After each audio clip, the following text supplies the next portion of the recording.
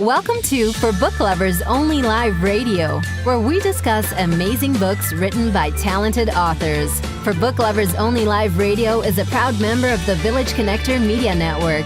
If you love books, we have a home for you. Now time for your host and chief book lover, Rob Brown. Hello, book lovers. This is Rob Brown, your internet radio host and chief book lover, and this is For Book Lovers Only Live Radio, where if you love books, we have a home for you. Thank you so much for tuning in. We're always happy to have you stop by.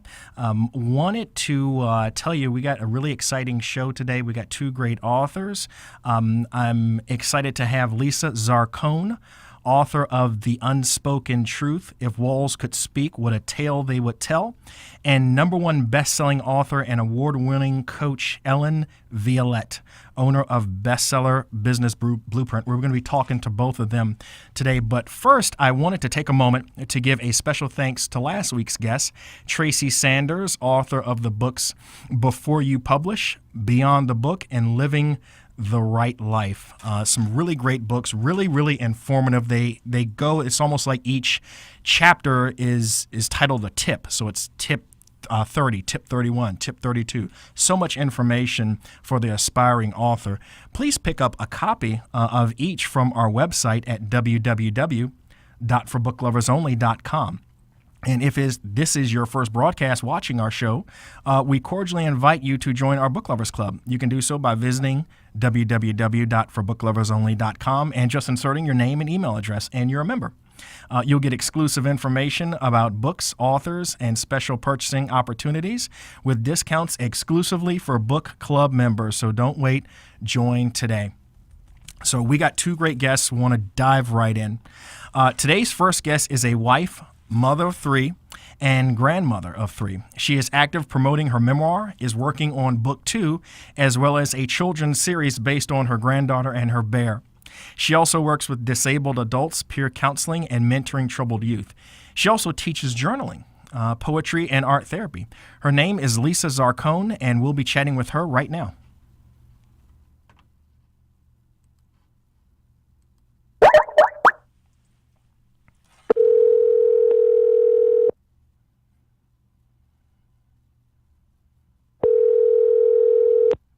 Hello. Lisa? Yes, hi, Rob. This is Rob with For Book Lovers Only Live Radio. How are you? I am great. How are you doing today? I'm doing good. You are live, and we are so happy to have you as a guest on our show. You and I met, was it a few months ago on Facebook? You had a really compelling story, wrote a great book, and definitely want to introduce you to my book lovers. So in your own words, tell us a little bit about yourself. Okay, well, start out with I'm a mom and a grandmother and a wife and living the everyday lifestyle, but I worked hard to get here with this book today. It's been such a process. I incorporate all my work as with my book and my family, and I juggle all the time. So Lisa is on the run 24/7. I guess that's the best way of saying it. I'm just always busy moving. Keeping everybody going. When you're at the front of the family taking care of it all, you just continue to push and go. So that's what I do, and I try to put myself 100% in everything I do and try to enjoy everything. Absolutely, and it's interesting that you even had the time to write a book, but this is a particularly, it's a very powerful story. I loved reading it. It was absolutely amazing. And I let me just read like the excerpt on the back that you have, and then you can just take it from there. Once upon a time, when I was a little girl, I was tucked warm and safe in my bed with a loving family to protect me. In the blink of an eye, it all changed before my pretty baby blues. The grim reality of a mentally ill mother and a dying brother had become my nightmare. The reality that ripped my family apart and sent my distraught father running, leaving me to deal with my mother's mania. That right there is, in and of itself, that's really powerful. So just tell us in your own words. Tell us your story about the unspoken truth. Yes, the unspoken truth. It is very powerful. Even now when I read those words back to myself, I still take a breath, and go, oh my goodness, it's my reality. I grew up and with a mom and dad and a brother, and the average everyday household, and, things slowly fell apart. My mom, mentally ill, and my brother, when he got sick with leukemia, was kind of the last straw. When he passed away, life changed and got crazy, and very scary and very traumatic. Some of the things I had witnessed and had been subjected to were truly horrific, and I always say hideous is a big word that I use because it is. No child should ever have to go through those things. But, in the process of all of it, I always had this inner thought that everything would be okay in the end, and I always had this resilience about me, and I really have to say that just comes from inner faith from a young age. But my daily grind with my family at that time was every day. You never knew what was coming next. Everything was unexpected. There was no security, and the daily abuse was just horrible. And, I was silent, and that's my unspoken truth, is that I was silent through this whole process. I never shared it with anyone. It was that old stigma of, what happened in the home stayed in the home, and that's what I was taught, and that's how we lived our lives, and I never shared it. I showed so many signs of abuse that it's amazing that nobody stepped in, and that's the sad part, is that no one did step in when people knew things were happening. But the reason I wrote my story is for that very reason, is because people do need to step up. People do need to be aware of these issues and not be afraid to help that child in need. So when I decided to write my book, I decided to write it through the eyes of a child, my eyes, because I wanted the viewers and the readers to see it in the moment like I saw it, through my process of, I start writing from the age of 6 on up. I wanted people to understand how I felt in that exact moment. And that is the way I did write my whole story, is just like that. So you started writing it at a very young age. Yes, when I started to write this book, I wrote it starting at the age of 6, in my mind. That's what I'm saying. Oh, I see. Yeah, and I wanted people to understand that, like how the process started and what I actually went through and saw and had to deal with, so on every level.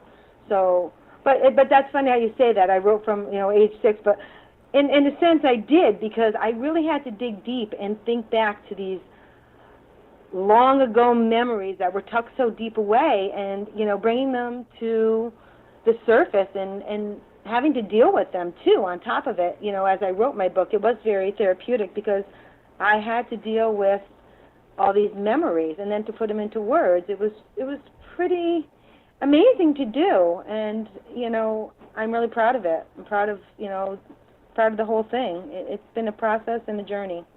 Absolutely. It's such a powerful book. So tell us specifically about the dynamic relationship that you had with your mother, because I think a lot of our viewers and listeners are interested to learn more. Yeah, that's a loaded question. With me and my mom. Growing up as a child, of course, like every child wants their mom. You want their mom to be, you want your mom to be that superhero and keep you safe and keep you loved. And growing up, I didn't have that. I had terror all the time. I had the unknown all the time. So I had the love for my mother and the wanting of my mother, but I never, ever truly had my mother, a mother. My mom, Joanne, was severely mentally ill, and from the age 2 on up is when she started to become sick. So my earliest memories of my mom are crying and sitting on her couch smoking, depressed, talking to herself. So I never had that overly nurturing mom that just, kept me safe. And as I got older, the dynamics of the abuse that came into effect, there were times I truly hated my mother, and that's awful to say, but I did, because I hated what she was doing. I hated her illness. But as I got older and I was able to separate the illness from the person, I realized, the good qualities of my mom, and I fought really hard to enjoy those moments, even when they were brief, to have my mom be just my mom and shut out the whole illness factor. And that really is a learned process, and it takes years. It took me years to get there. But as I got older, I did get that with my mom. We did have some nice moments of clarity. But most of the time it was chaotic. It was dysfunctional, extremely stressful, and as a grown woman, stressful on my family, my relationship with my husband. It really puts a damper on things because you're juggling it all the time. You know, and you have to find balance and boundaries. So it was quite the journey for that as well. And I use that word all the time, journey, because I feel like everything that has happened to me has been a journey. And you know, we all do have a story. So you know, I'm grateful for the good stuff that my mom gave me, but as far as her illness, that's a hard one because it's still to this day it haunts me on some senses. Okay, and what? And I don't know if you had mentioned this or not. What specifically was your mother's illness? What was it? Okay, my mom, she was bipolar, manic depressive, and she had what was called schizoaffective, and that is when her mania would kick in, she would change personalities. She really wasn't a true schizophrenic, but she had those tendencies when she was in her manic state. Like when she would one day just say, I'm going to stop taking my medication, I'm cured, and, you know, then the downward spiral would come into play. So she, you know, at a younger age, she had high anxiety and she had depression. After the birth of my brother and myself, things had changed a little bit more for her, and that affected her mental illness. But by the time she had lost my brother, it seems like that was the moment where we just really lost my mother as a person. I see. And what has the reception been like to your book? I imagine there are other people that have been through similar circumstances and may be actually going through those circumstances right now themselves. What has the reception to the book been? I have to say I'm really grateful to the reception that I have had. People write to me all the time. I mean, because I do have my Facebook page, my inspirational page, and I'm on Twitter. I'm all over the place, and I do author talks. But I get this wonderful sense from people when they write to me and they say, this was my unspoken truth. I can't talk about it, but you're my voice.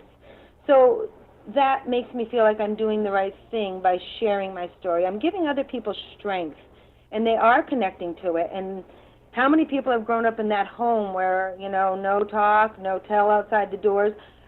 There's that generation, and I grew up in the 70s, and it's funny because that generation really, clicks into it.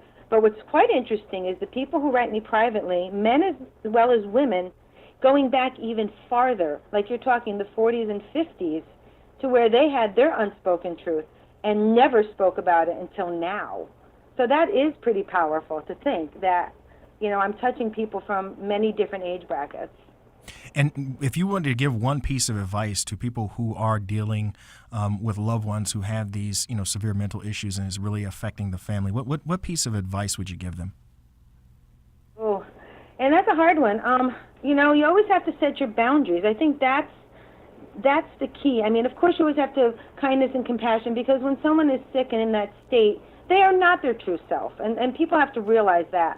And another reason for writing the book is to bring awareness more to mental health issues because, you know, people are quick to shut others out because they're sick. You know, just trying to understand the best you can, but also your boundaries because, you know, my mom at the worst of her times, you know, when she would engulf herself around me, it was suffocating. And you have to take those moments to take a step back so you can still be you.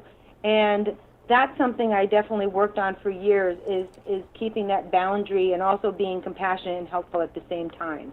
It's a balance, and it's a hard one to keep and to have. And you've done an excellent job.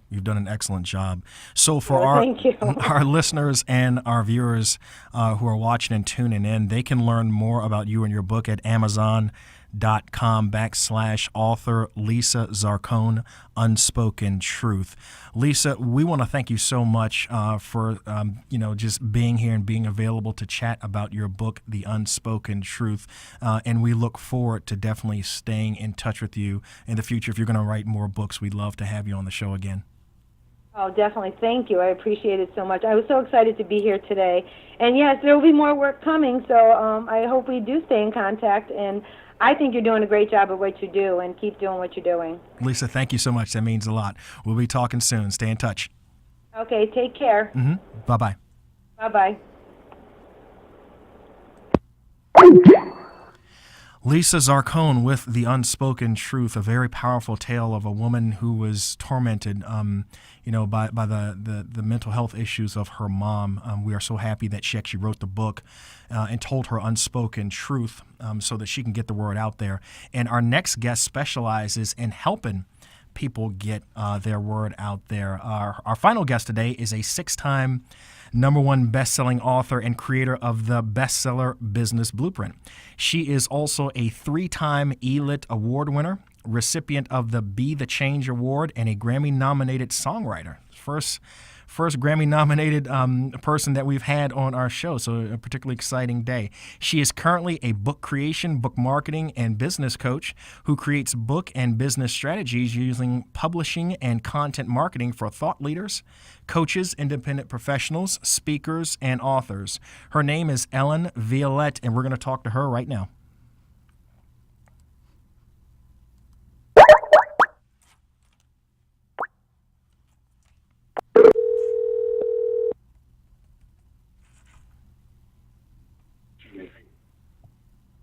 Hello. Ellen? Yeah, Hey, Ellen, it's Rob Brown with For Book Lovers Only Live Radio. How are you? I'm fine. How are you? Doing good. Thank you so much for basically being a guest on our show today. We're so happy that we're able to have a few minutes to chat with you. I want to give you an opportunity to tell our viewers and our listeners and book lovers and book fans a little bit about yourself in your own words. Okay. Well, I come from the music business. I was in the music business for 20 years, and I'm a Grammy-nominated songwriter, and I loved the music business, but I never made very much money at it, even though I won a lot of awards. And basically, my parents were helping to support me and my husband and offered to have us build a world-class studio in the house that I grew up in, so we did that. But then they both passed away within 11 months of each other, and I had to fix the house because it had been damaged in the Northridge earthquake, and then we had to sell it. So I lived in Los Angeles most of my life, except when I went to college. And we'd always come down to San Diego in the summers. And so at that point, we decided to come down to San Diego and just get out of LA for a while. And that was right when the housing market was taking off, and we had just fixed my mom's house and done really well. And so we bought a property down here, which is where we live now. And then it started to go up in value, and our careers were not going anywhere at the time. And so we started buying, fixing, selling houses. And we really enjoyed it. We really enjoyed fixing them up. And we did really well. We made about $750,000 in a very short amount of time. And then the market got too hot and there was nothing to buy. And so we ended up getting a property management job back in LA at that point. And that's when I got on the internet. And I had always wanted to write books. I got together with a New York Times bestselling author, and I said to him, am I crazy to think that I can do this? Am I too old? Which is so funny to me now because I've been doing this now for 12 years. But anyway, and he said, oh, no, your writing's really good. You just have to start sending stuff out on spec. And I was like, oh, God, that's what I did for 20 years, in the music business. And I hate that feeling of helplessness, where you're at the mercy of other people. And so I got on the internet and I found ebooks, and I was like ecstatic. And I was running through the house and to my husband saying, you have to see this. This is so great. You can write ebooks and you can publish them yourself. And so that's when I decided I was going to get on the internet and do that.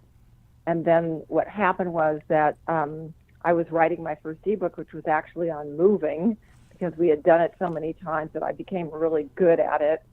And I was going to have it so that I sold it to realtors who would then give it away to their customers. Well, somewhere along the line there, in the middle of that, I got sidetracked, and I got on to Alex Mandosian's teleseminar Secrets, and learned how people were making a 6-figure income online.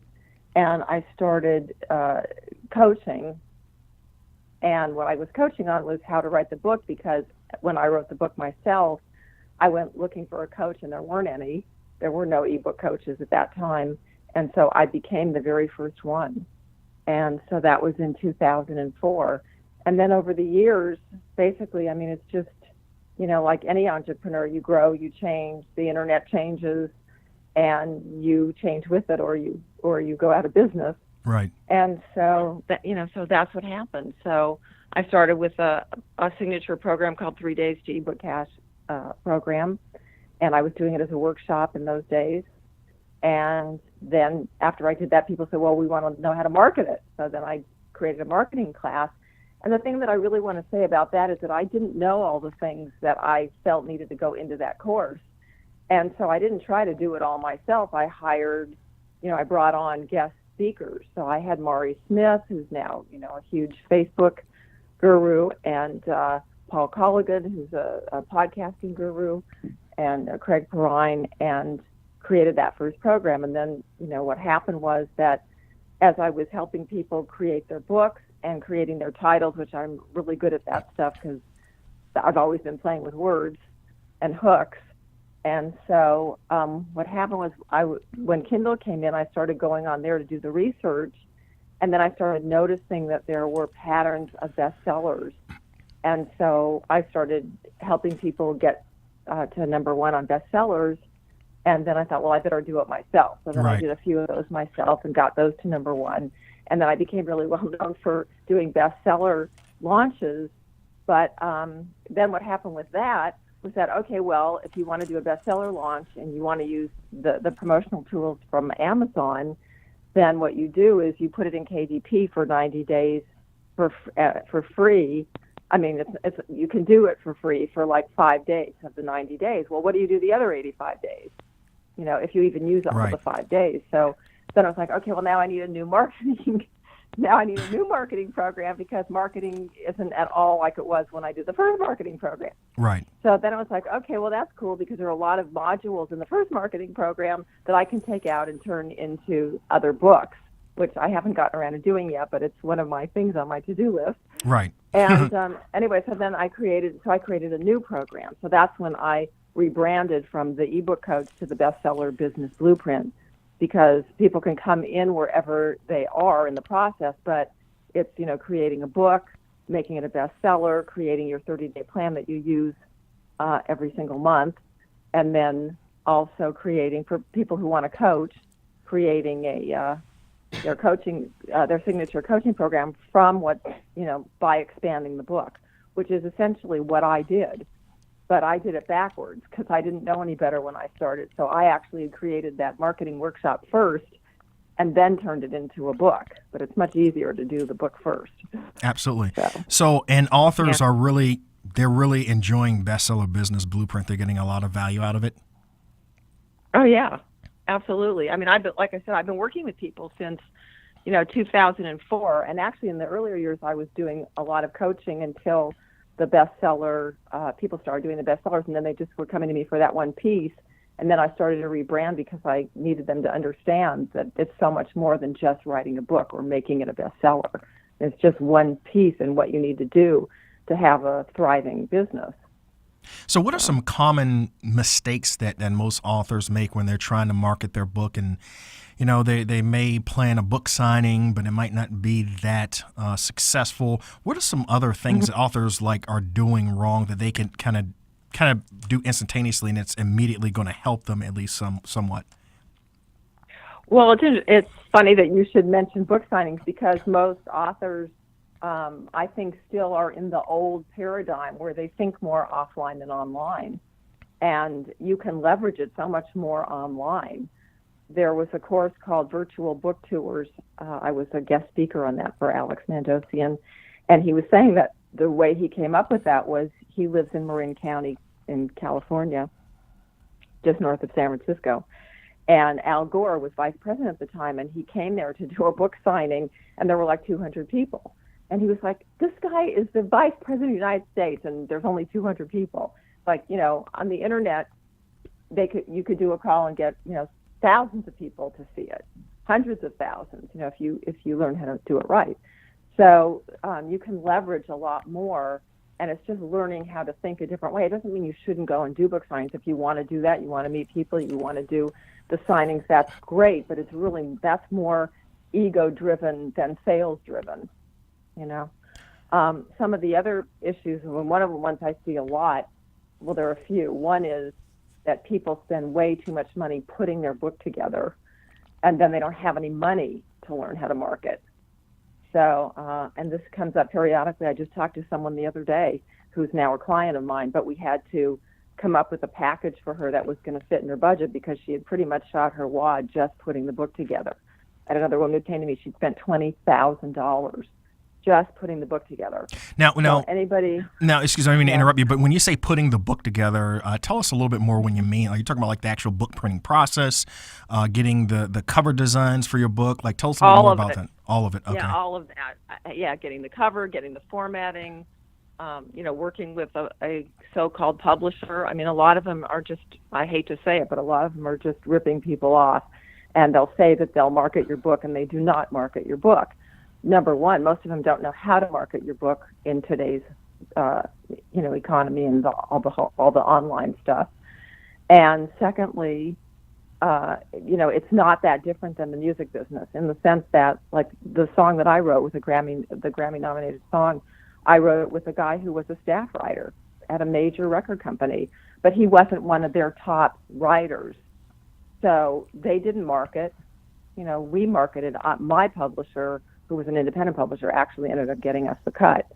So, it's the same thing with that. It's why, and not only that, but they take so much more money. When you go on Amazon, you get, if you do it right, you get 70%, and Amazon takes 30%. Well, when you go to a publisher, you're lucky to get $1 a book. And I once actually had a client who told me she knew somebody who had written a cookbook that was selling for $40, and she was making $1 a book. And that was really one of the things that made me want to become a self-publishing business coach, is because we do not take people publishing. What I do is I teach people how to manage their own publishing and how to do this. It's not hard. I mean, once you know the system, it isn't hard at all. But the thing is that too many people, they're afraid of it for all kinds of reasons. With marketing, somebody just said to me, I've written 4 books. I'm not marketing any of them. And she said, I keep writing so that I can avoid marketing. So, a lot of writers do not want to market. I was no different when I started. I didn't plan to go into marketing. I just wanted to write. But one of the first people who was one of my mentors was Jim Edwards. And one of the first things he said, I did a virtual Ebook expo. I did a few of those in the early days before everybody was doing telesummits. And he said, if you want to be successful, you have to be a marketer first and a writer second. Right. And too many writers are not willing to do that. And the sad thing about that is now, especially, since social media has come in, a lot of the marketing is writing. It's not writing books, but it's writing. So, I spend a lot of my time, either coaching or writing. So, that's kind of the deal, or speaking. Right. Those are kind of the 3 things. But, so those are the biggest mistakes I think people make. And then the other big mistake that people make, and this is crucial, is that you need to do the research, the marketing research. And the problem is people don't think about it until after they've written the book too many times. And if you want to sell books, you need to do it before you write your book. Right. So exactly. When people come to me, if they haven't written a book yet, I'm ecstatic. If they have written a book yet, then I have to go back and do it and hope that it's going to work out. Sometimes it does, sometimes it doesn't. Because sometimes we're just able to change, to make a tweak. Like I had a woman come to me, and she'd written a book, and she had her title, and the book was written, and the title had that it was about death. But when we did the research and I listened to her, it wasn't about death. It was about the afterlife. So if she had put it under death, most of her audience would never have found her book. So she was very lucky that after the fact we could just change one word. Right. But I've had other people come to me where after getting the title and doing the research, they said, I really need to do some rewriting here because I didn't approach my subject in the best way. Exactly. And then it's a lot more work, and then you've got to fix, what isn't working. So, once people come to me, they never do that again. So after that point, they either always do the research or have us do it for them before they write any books. Right. Well, obviously, you have so much expertise, and we are so happy to have you as a guest. If people want to learn more about you and Bestseller Business Blueprint, they can go to www.bestsellerbusinessblueprint.com, and they can also go to www.bestsellertobusinesspro.com. No. The podcast is going to be Bestseller to Business Pro, but it's not up yet. Okay, but it will be up, correct? It will. Okay. Yes. All right. Great. Because we're providing that information for our viewers today, so at least they know where to go when it's ready. Yeah. Okay. Well, now you've given me the incentive. I'll have to go put up an advance notice list there. Okay. I'll put something there so it'll be there. Well, Ellen, thank you so much for being our guest. We are so excited to have you today, and we definitely invite you to come back at a future time. When you have, more things going on. If you're going to write another book, we definitely love to have you back as our guest. Okay, great. That would be wonderful. Excellent, Ellen. Thank you so much. We'll talk to you soon. Okay. Bye-bye. Bye-bye. Well, book lovers, thank you so much for tuning in. We are out of time, but be sure to join us next week when we will have speaker, author, and coach Marty Reep as our guest. We will be discussing 2 of his books. He's written multiple, Believe, Do, and Follow Through, and Trevor and the Dark Rider. Thank you so much for joining us. My name is Rob Brown, your internet radio host and chief book lover, and this is For Book Lovers Only Live Radio, where if you love books, we have a home for you. Take care, and we will see you next week.